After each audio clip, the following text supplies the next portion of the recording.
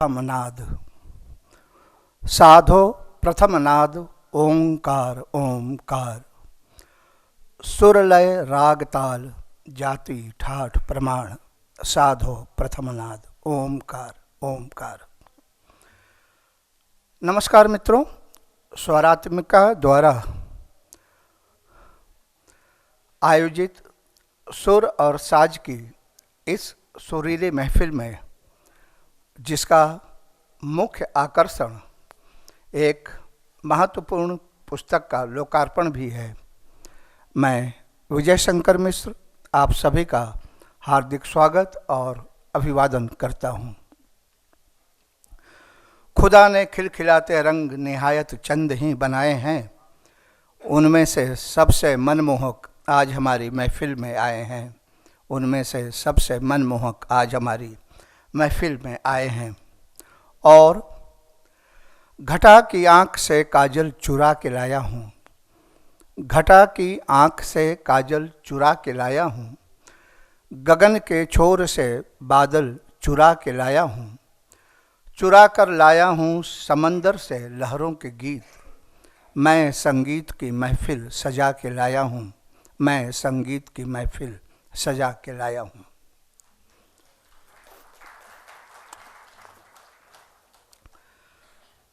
बसंत पंचमी और महाशिवरात्रि के पर्व अभी अभी विदा हुए हैं, लेकिन उनकी सुगंधी अभी भी हम सब की सांसों में रची बसी हुई है। और पास में ही झांझ, ढप और मृदंग की थाप पर होली की पदचाप भी सुनाई दे रही है। फागुन की इस फगुनाहट में संगीत के सुरीले रंगों से आप सभी को सराबोर करने के लिए आज हमारे संगीतकार भाई देश के भिन्न भिन्न भागों से राजधानी दिल्ली में पधारे हुए हैं। हम उन सभी के प्रति आभार व्यक्त करते हैं। हम आगे बढ़ें, कार्यक्रम की ओर चले, उसके पहले स्वरात्मिका नामक इस संस्था से आपका परिचय करा दें। युवा पीढ़ी के प्रखर गायक श्री राम नारायण झा ने अपनी पत्नी कविता के साथ मिलकर 2 वर्ष पूर्व इस संस्था की स्थापना की थी। यह इस संस्था का पहला कार्यक्रम है जिसमें देश के वरिष्ठ संगीतकार भाग ले रहे हैं। समाज में अच्छे संगीत की चर्चा बनी रहे, संगीतकारों का मान सम्मान बना रहे, यही उद्देश्य है इस संस्था का। और चूंकि राम नारायण झा स्वयं एक अच्छे कलाकार हैं, राष्ट्रीय मंचों पर अपनी सफल प्रस्तुतियां दे रहे हैं, इसलिए उनके द्वारा आयोजित कार्यक्रमों की श्रेष्ठता और सफलता में किसी को भी संदेह नहीं होना चाहिए। इस कार्यक्रम में सहयोग के लिए साधक फाउंडेशन के प्रति भी हम आभार व्यक्त करते हैं। और राम नारायण झा के लिए एक पंक्ति कहना चाहता हूँ। कठिन डगर है, कठिन डगर है, दूर है मंजिल, पर आगे बढ़ते जाना है। कठिन डगर है, दूर है मंजिल, आगे बढ़ते जाना है। हर मन में तुम्हें स्वर का लय का दीपक नया जलाना है। हर मन में तुम्हें स्वर का लय का दीपक नया जलाना है। मित्रों, आज हमारे बीच हमारे सौभाग्य से मुख्य अतिथि के रूप में डॉक्टर देवेंद्र माझी जी उपस्थित हुए हैं। हम तालियों की गड़गड़ाहट के साथ उनका स्वागत करते हैं। माझी जी मंच पर आ रहे हैं और मैं उनका संक्षिप्त परिचय आपको दे दूं। उच्च प्रशासनिक अधिकारी श्री माझी जी हृदय से कला और संगीत अनुरागी होने के कारण स्पीक मैके सहित विभिन्न सांस्कृतिक संस्थाओं से भी जुड़े हुए हैं। केंद्र सरकार के विभिन्न शैक्षणिक संस्थाओं से प्रशासनिक अधिकारी के रूप में जुड़े रहे डॉक्टर माझी भारत सरकार के सामाजिक न्याय और सशक्तिकरण के उद्देश्य को लेकर स्थापित डॉक्टर अंबेडकर फाउंडेशन के निदेशक पद को भी सुशोभित कर चुके हैं। ये IIT Kanpur, IIM Ahmedabad, IIMC Delhi तथा IISS नीदरलैंड सहित ऑस्ट्रेलिया के यूनिवर्सिटी ऑफ सिडनी सहित अनेक राष्ट्रीय अंतर्राष्ट्रीय संस्थाओं से जुड़े रहे हैं।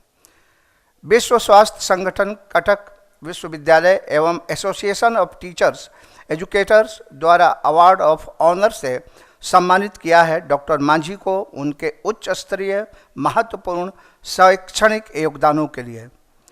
डॉक्टर देवेंद्र मांझी के सामाजिक, शैक्षणिक और सांस्कृतिक योगदानों के विषय में बहुत कुछ कहा जा सकता है, लेकिन फिलहाल मैं अपनी वाणी को विराम देते हुए उन्हें इस मंच पर आमंत्रित कर रहा हूं और श्री राम नारायण झा से अनुरोध है कि उन्हें लेकर मंच के बीचों बीच आवें। मांझी साहब, आपके लिए दो पंक्तियां कहना चाहूँगा।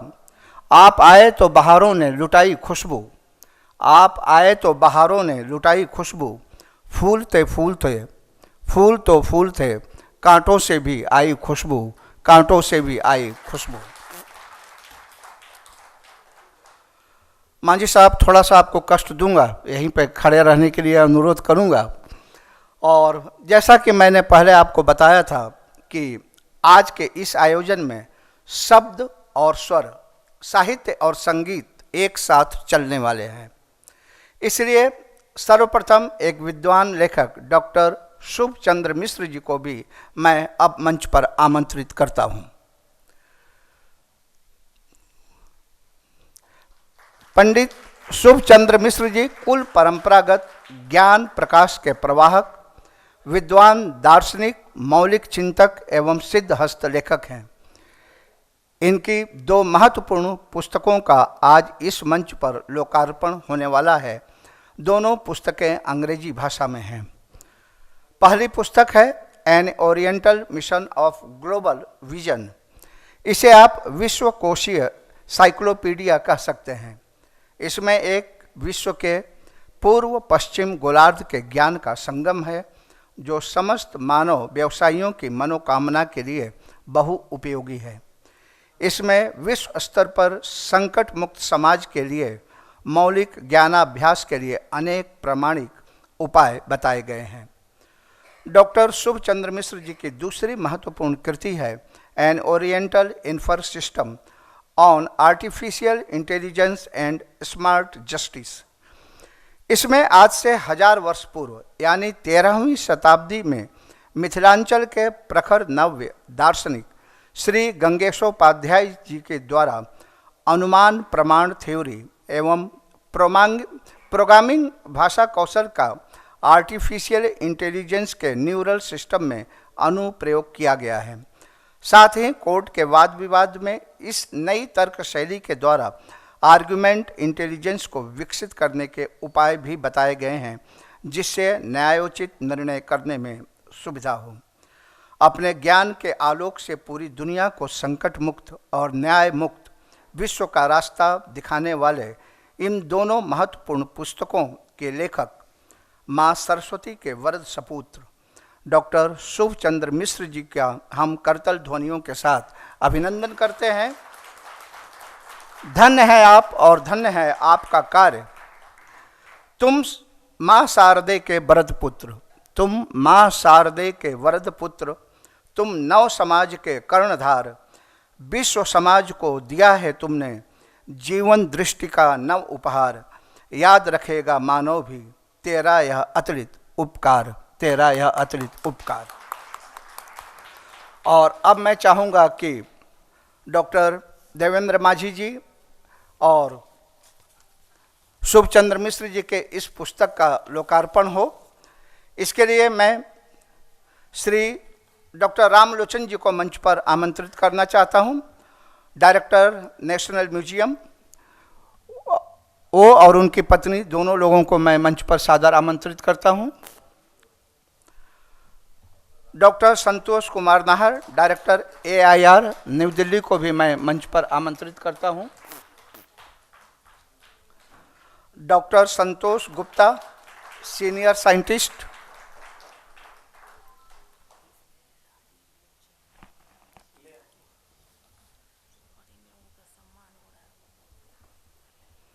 डॉक्टर राजीव लोचन जी को भी मैं मंच पर आमंत्रित कर रहा हूँ। आर्यमन शुक्ल जी, को भी मैं मंच पर आमंत्रित कर रहा हूं। शुभोजीत बोस, आप भी कृपया मंच पर पधारें। पंडित आशीष सेन गुप्ता और श्रीमती कल्पना मिश्रा जी को भी मंच पर आमंत्रित किया जा रहा है, और पंडित डालचंद शर्मा जी को भी मंच पर आमंत्रित किया जा रहा है।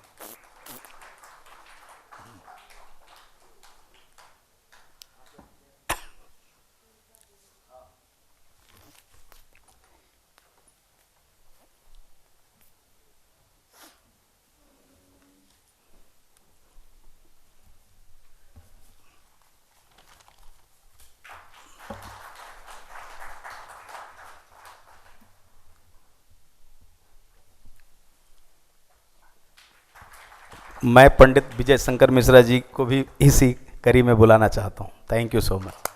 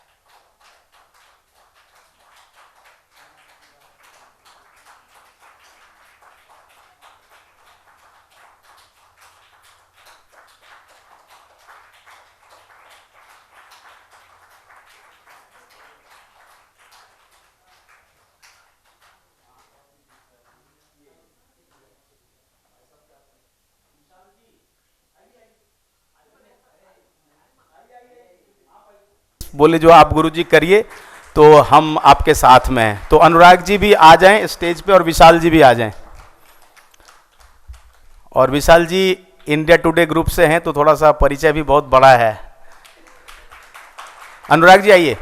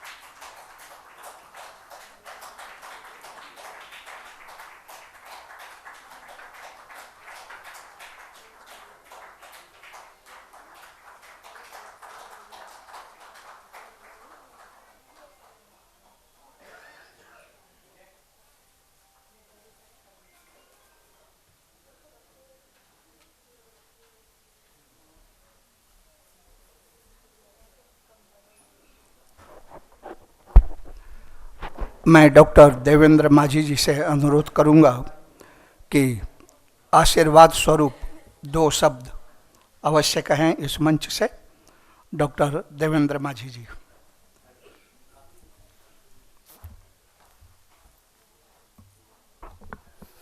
Namaskar, Shubh Sandhya, and welcome to this program this evening. In fact, this is an unique experience to have the blending of two things like the books and the book lovers and the music lovers. मेरा जितना इतना दिन तक experience है, इस auditorium में भी कई बार मैं अटेंड किया हूँ as guest, as music lover. खासकर हमारा जो क्लासिकल म्यूज़िक है, आज जैसे इसका प्रदर्शन करेंगे आप लोग को सुनने के लिए मौका मिलेगा। और श्रीयुक्त राम नारायण झा जी से मैं बहुत दिन से मैं उनको जानता हूँ और कई सारे प्रोग्राम पे हमारा जो सान भाई सुबोध पाड़ी है, देन उनका साथ कई बार मैंने अपना संस्थान को, जब मैं भारतीय प्रौद्योगिकी संस्थान पे, then national institute of national highways authority of India NHI में सर्विस करता था, उनको भी आमंत्रण में किया था। तो इनका जो साधन है क्लासिकल म्यूजिक है, सच आप लोग को सबको पता होगा क्योंकि आप लोग म्यूजिक लवर है। एंड मैं भी स्पीक में कैसे बहुत दिन से संपृक्त हूँ, जड़ित हूँ, right from the Inception days.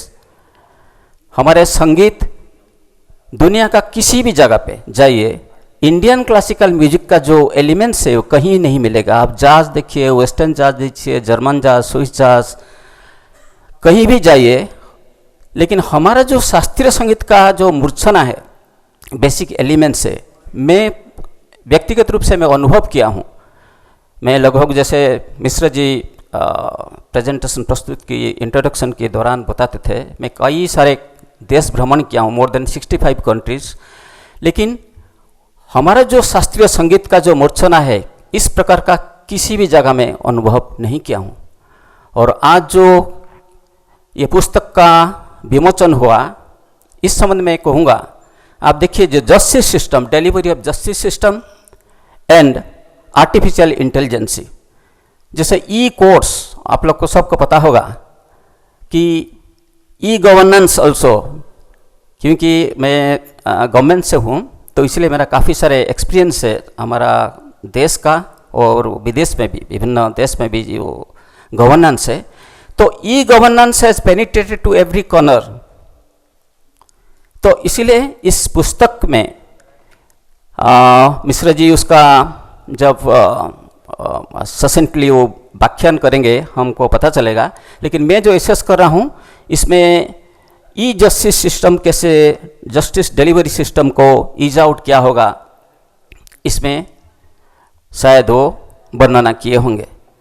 और मैं आप लोग को सबको ये प्रोग्राम पे आए हुए हैं और ख़ासकर झा जी मुझे आमंत्रण किया है ये प्रोग्राम के लिए, मैं उनको धन्यवाद ज्ञापन करता हूँ। Thank you.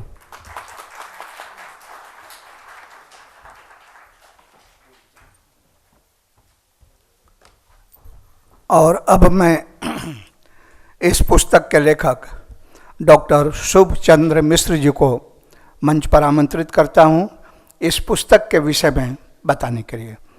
तालियों के साथ स्वागत करते हैं डॉक्टर शुभ चंद्र मिश्र जी का।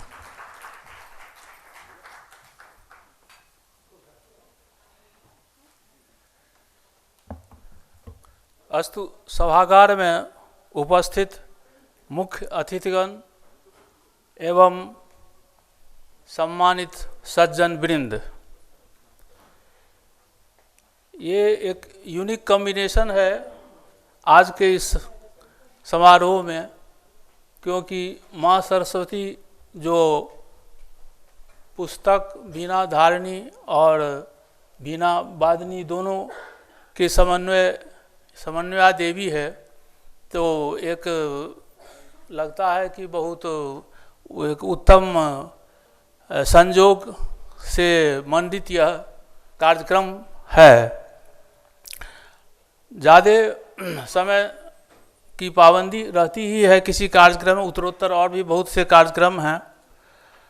तो पहले ज्ञान से हम लोग पवित्र होते हैं, आत्मा और मन मस्तिष्क सभी पवित्र होता है। उसके बाद ज्ञान के विज्ञान में भी हम आनंद या परमानंद का अनुभव करते हैं।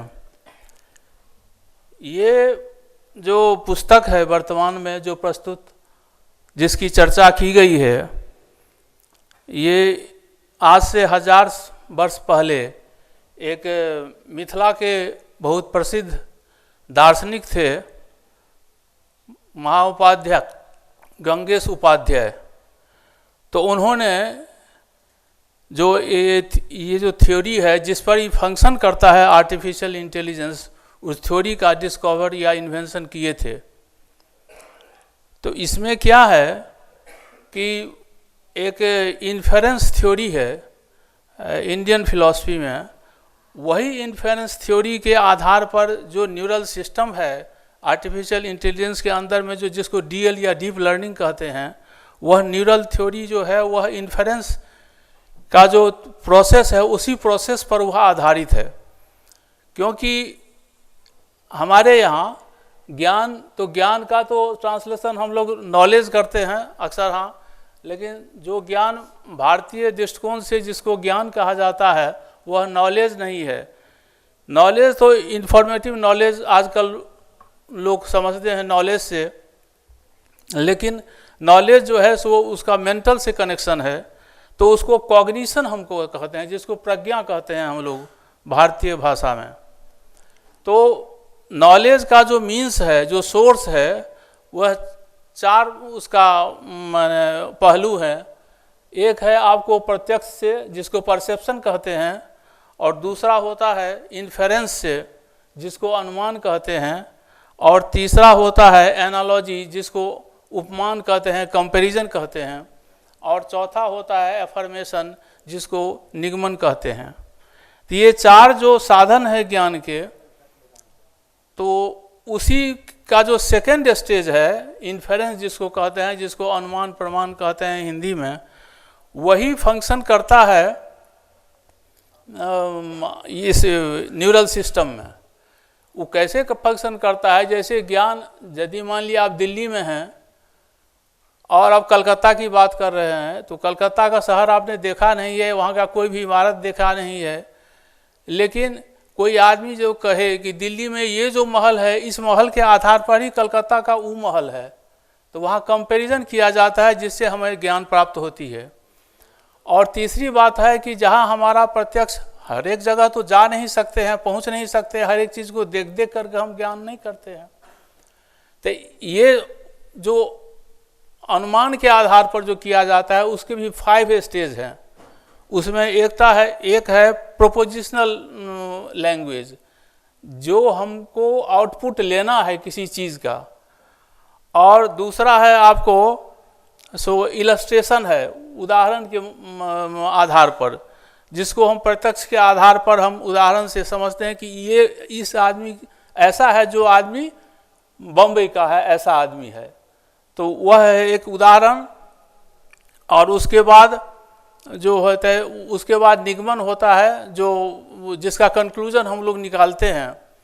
तो ये जो एक एक्सपेरिमेंट है, ये 5 टाइप का जो एक्सपेरिमेंट है, उसी आधार पर हम जो है सो अनुमान का ज्ञान प्राप्त करते हैं। और अनुमान में हमको गलत नहीं हो या रॉन्ग कंसेप्शन या रॉन्ग डाटा नहीं मिले, इसके लिए हम उस डिफरेंट थ्योरी से उसको टेस्ट करते हैं। लेकिन बात है कि जो शब्द यहाँ से जो भी ज्ञान चले, चाहे मुगल के टाइम में या ब्रिटिश के टाइम में, जो भी हम लोग का जो प्रॉपर्टी था या इंटेलेक्चुअल इंडोमेंट जो कुछ भी था, वो यहाँ से चला गया दूसरे जगह, और उन लोगों ने इसको अपने लैंग्वेज में जो माने इसको ट्रांसलेट करके या जैसे करके उसको रिनोवेट करके समझिए, या इनोवेट करके उसको जो है सो ग्लोबलाइज जो है सो पब्लिश कराया। लेकिन वो सारे ज्ञान जो है सो यहाँ से हुआ है। जैसे मान लिए उसमें एक हेतु भी है जिसको रीजन कहते हैं, किसी काम का किसी जो रिजल्ट पर हम जाएंगे, और आप देखते होंगे कि कोई भी जैसे मान लीजिए डायग्नोज करते हैं किसी मेडिकल साइंस का आर्टिफिशियल इंटेलिजेंस से, या कोई भी हम नॉलेज प्राप्त करते हैं, तो उसका ऑलरेडी फीड रहता है। ऐसा नहीं है कि मशीन उसमें बन गया है ऑटोमेटिक मशीन फंक्शन करता है, ऐसी बात नहीं है। उसमें ऑलरेडी सभी डाटाएं फीड रहती है। तो अनुमान का भी यही उसका डिफिनीशन है कि जो चीज़ हमने प्रत्यक्ष देखा है उसी के आधार पर हम जो है सो अनुमान की ओर प्रोसीड करते हैं। तो जो ऑलरेडी फीडेड है उसी के आधार पर हम जो है सो रिजल्ट या इनपुट देते हैं। जो कहता है इनपुट टू आउटपुट कम्युनिकेशन जो होता है वह जो इंटेलिजेंस में होता है वो हमारा जो मेंटल इंटेलिजेंस, आप लोग भी समझते होंगे जैसे बायो टूल्स इसको नाम दिया गया है आर्टिफिशियल इंटेलिजेंस का, या ह्यूमैनाइड्स का भी कह सकते हैं कि हमारा जो ब्रेन है वह ब्रेन का जो भी पार्ट्स हैं वह जो फंक्शन करता है उसी का जो सिमुलेशन है, अनुकरण जो है सो हम ये मशीन के माध्यम से उसी को का अनुकरण करते हैं। तो बात बहुत सी और भी बात टाइम टेकिंग है, लेना लग सकता है। तो मैंने सोचा कि ये जो हमारा जो एक ज्ञान का समझिए धरोहर है या भंडार है जो 1000 साल पहले जिसका डिस्कवरी हो गया था, तो उस बात को हम क्यों नहीं ग्लोबलाइज उसको प्लेटफार्म पर दें कि भाई ये जो अभी जो इन्वेंशन हुआ है या जो भी मैंने स्मार्ट इंटेलिजेंस या नॉलेज कहते हैं वह इंटेलिजेंस जो है सो ऑलरेडी इन्वेंटेड था। लेकिन अभी भी आप देखेंगे कि यहाँ से सो करीब 60,000 मैन्युस्क्रिप्ट जो है सो यहाँ का ओरिएंटल साइड का, ओरिएंटल मीन्स होता है जैसे वेस्टर्न होता है ना, ईस्टर्न जिसको कहते हैं, जैसे ग्लोब है तो उसका दो होता है, एक हेमिस्फेयर दो है उत्तरार्ध, अति पश्चिम और पूर्व दोनों उत्तरार्ध है। तो हमारा जो वेस्टर्न नॉलेज ओरिएंटल नॉलेज है वह उस ओरिएंटल नॉलेज को मिस इंटरप्रेट करके या उसको अब मैंने समझिए कि उससे क्या कहेंगे मतलब उसका सिमुलेट करके अनुकरण करके जो है सो अभी मैंने पूरे ग्लोबलाइज में उसका प्रसारण ये समझिए कि एडवर्टाइज की ब्रॉडकास्टिंग किया गया है। तो क्यों नहीं हम हमारी जो मेंटल इंडोमेंट्स है या इंटेलेक्चुअल इंडोमेंट्स है उसको हम क्यों नहीं हाईलाइट करें या क्यों नहीं एक्सपोज करें, ताकि लोग समझे कि नहीं हमारा भी एक समय में एक इस तरह से ज्ञान का था जिसको हस्तप कर दिया गया। तो इन सारी बातों को लेकर के मैंने सोचा है कि एक ग्लोबल प्लेटफार्म पर इस तरह का एक रिडल्स जो है सो दिया जाए और जिस पर आगे भी उस पर रिसर्च की ज़रूरत है। ये तो इनिशियल स्टेज का है, तो और भी रिसर्च के जो इच्छुक होंगे या जो भी इसके इंक्विजिटिव सेंस में जिसको ये करना चाहेंगे वो और भी इससे आगे हो सकता है। तो इन सारी बातों को जैसे मेरा ये तो इस सेकेंड बुक के लिए है और फर्स्ट बुक जो मेरा है an oriental mission for global vision, वह एक इंसाइक्लोपीडिया टाइप का बुक है, क्योंकि उसमें जितना भी नॉलेज है, जितना भी ज्ञान है, चाहे साइंस का, टेक्नोलॉजी का, ह्यूमैनिटीज़ का, कॉमर्स का, जितना भी ज्ञान है उस सारे ज्ञान का एसिमिलेट किया गया है और वो कहाँ कहाँ वो डिफ़र करता है ग्लोबल प्लेटफार्म पर और क्यों डिफ़र करता है, इस सारी का काउज जो है सो रीज़न उसमें डिटेल करके एक्सप्लेनेशन उसका किया गया है, ताकि लोग समझे कि भाई हम क्या थे, हमारे पास में भी बहुत चीज़ था लेकिन किसी कारण से विडम्बना से तो होता ही रहता है, इरनी ऑफ टाइम्स है, ऐसा ही होता रहता है। लेकिन हम अपने को भी गौरवान्वित समझे बीइंग इंडियंस के लिए कारण से, इसलिए मैंने वैसा ही बुक लिखा है और उसी के पैरेलल में मैं ये दूसरा बुक जो है सो वो भी लिखना चाहा है कि जो भी टेक्नोलॉजी साइंस है वो हमारा भी उसका बेसिक जो रेडिकल थ्योरी है वो हमारा ही थ्योरी है, उसी पर वो फंक्शन कर रहा है। और कैसे कर रहा है फंक्शन, कैसे उसका इंजन, उसमें एक पार्ट है जिसका नाम है इन्फेरेंस इंजन, उसको कहा गया है, उसको ये वे लोग भी करते हैं, वेस्टर्न के जो स्कॉलर है वो भी उसको नाम देते हैं इन्फेरेंस इंजन है। लेकिन इन्फेरेंस क्या चीज़ है वो हम लोग को समझने में नहीं दिया कि भाई कौन चीज़ नहीं है, तो वहाँ जो कह रहा है उसको हम ब्लाइंडली जो है सो एक्सेप्ट कर रहे हैं और उसके फॉलोअर्स हैं, अपना जो कहता है उसको मान लेते हैं।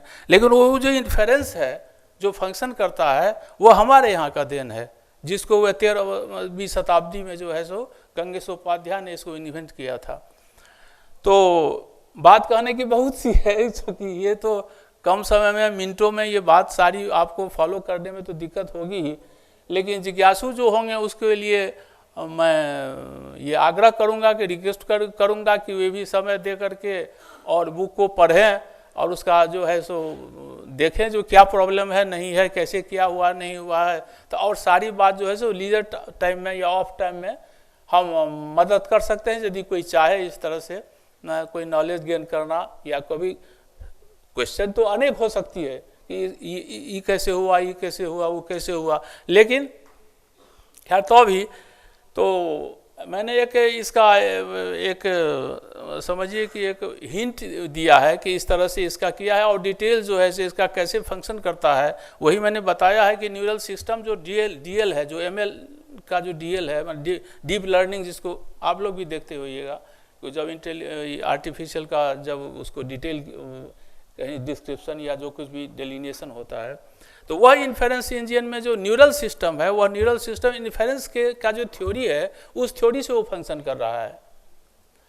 तो तब तो ये बात लाजमी है ना, जो मेरा जो थ्योरी है उससे इसको अटैचमेंट करके उसको माने ज़्यादा अपना एडवांसमेंट उसका रिसर्च करके बनाया गया है, दिया गया है। और ये बहुत सारी बातें हैं जो हमारे यहाँ का जो ज्ञान है। और इसका एक बहुत लोएस्ट हम एग्जाम्पल देते हैं, बहुत लोएस्ट एग्जाम्पल जिसको मैंने लिखा है, हालांकि वो 10 लाइन हिंदी में है लेकिन जो कुछ भी लिखा है इसलिए हिंदी में लिखा है कि सभी आदमी उसको नॉलेज, मैंने इंग्लिश में दोनों लिखा है इसलिए कि ग्लोबलाइज इसको प्लेटफॉर्म पे इसको रखा जाए, क्योंकि हिंदी में या बंगाली में या उड़िया में या किसी में लिखे तो रीजनलाइज हो जाता है, एक रीजन में रहता है, दूसरा क्या वो कहा नहीं कहा इसका कोई नहीं रहता है, मतलब ठीक से मैं इसको नॉलेजेबल। तो मैंने इसीलिए दोनों पुस्तक अंग्रेजी में लिखा है इसलिए कि इंग्लिश का नाम तो ग्लोबलाइज होगा इसके कारण से, तो सभी लोग समझेंगे ये बात जो मतलब क्या असलियत बात थी और क्या अभी बात हो रही है।